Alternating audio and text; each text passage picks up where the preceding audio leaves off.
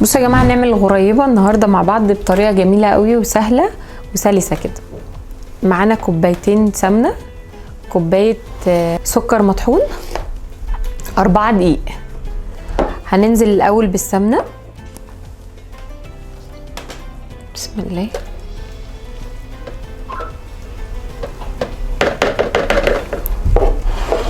بعد كده هنحط كوبايه السكر، بودر احلى، وهنقلب عشان خاطر لو احنا شغلنا دي هيطير في وشنا، فاحنا هنقلب الاول كده.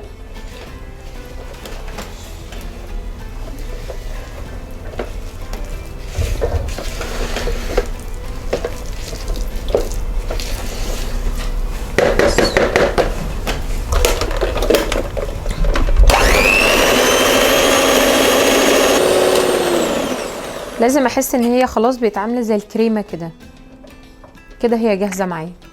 طبعا كل ما اللون العجينه بتبقى فاتح معاكم الغريبه هتبقى فاتحه. تمام، احنا بنفضل نضربها كده لمده 15 دقيقه.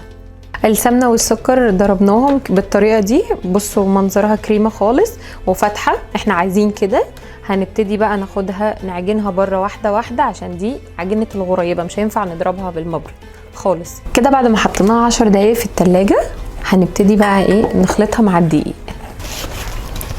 هننزل بيها كده، بصوا يا جماعه هي كريمه خلاص.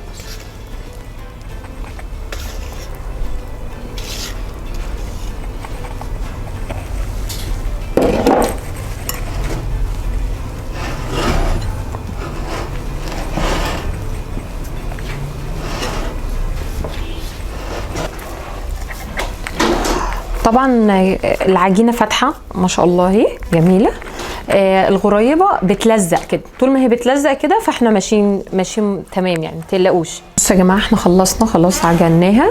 هي طبعا بتلزق فاتحه، الحاجات اللي احنا عايزينها هنحطها في التلاجة شويه عشان تهدى 10 دقايق، وهنبتدي نعملها. بصوا بقى يا جماعه، بعد ما طلعناها من التلاجة متماسكه اهي، غير لما حطيناها في التلاجة اهو بقت جاهزه معانا خلاص.